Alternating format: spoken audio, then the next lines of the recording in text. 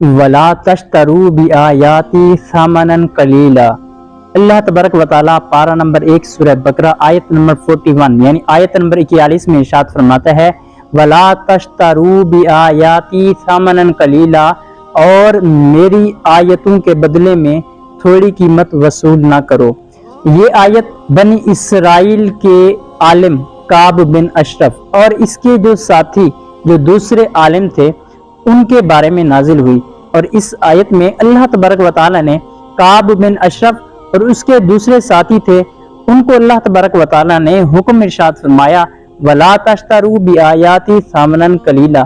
یہ حکم کیوں نازل ہوا؟ کعب بن اشرف اپنے دوسرے ساتھیوں کے ساتھ مل کر اپنی قوم کے یعنی بنی اسرائیل کے جاہل لوگوں سے مال بٹورتا، ان کی پیداوار میں اپنے حصے مقرر کرتا، اور جب حضور نبی اکرم صلی اللہ تعالیٰ علیہ وسلم تشریف فرما ہوئے اب ان لوگوں نے سوچا کہ اگر ہم لوگ آقا کریم علیہ الصلوۃ والسلام کی نبوت کا اقرار کرتے ہیں اور آقا کریم علیہ الصلوۃ والسلام پر ایمان لاتے ہیں تو ہماری قوم بھی آقا کریم علیہ الصلوۃ والسلام پر ایمان لائے گی، اور اس طرح جو ہماری آمدنی ہے یہ بند ہو جائے گی، ہماری آمدنی کا ذریعہ ختم ہو جائے گا۔ اس آیت مبارکہ سے ہمیں بھی ایک خاص سبق ملتا ہے کہ ہم دنیا کے بدلے میں دین کو فروخت نہ کریں۔ میں آپ کو حضرت موسیٰ علیہ الصلوۃ والسلام کے زمانے کا ایک چھوٹا سا واقعہ بتاتا ہوں۔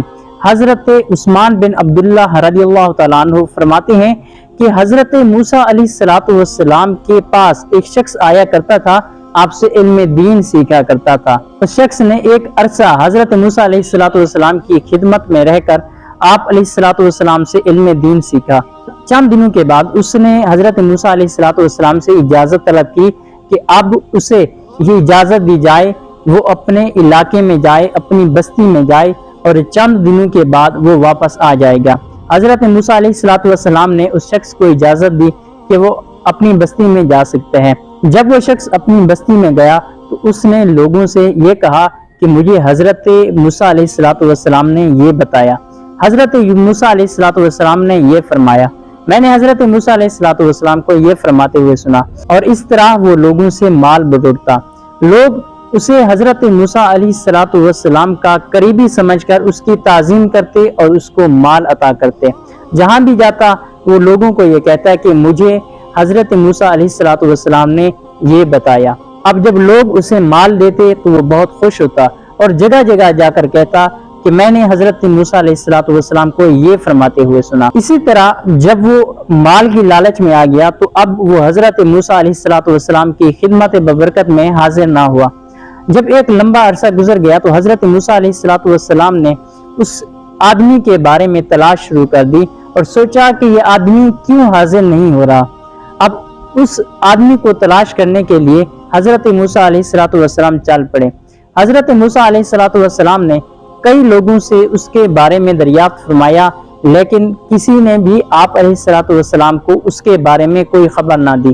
ایک مرتبہ آپ علیہ الصلوۃ والسلام ایک بستی میں گئے تو آپ علیہ الصلوۃ والسلام نے ایک شخص کو دیکھا جس نے بندر کے گلے میں رسی باندھ کر اسے اپنے گلے میں لٹکایا ہوا تھا۔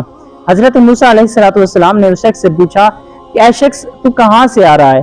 اس شخص نے بتایا کہ میں فلاں بستی سے آ رہا ہوں۔ تو حضرت موسیٰ علیہ الصلوۃ والسلام نے اس شخص سے پوچھا کہ اے شخص تو فلاں شخص کے بارے میں جانتا ہے جو مجھ سے علم دین سیکھا کرتا تھا؟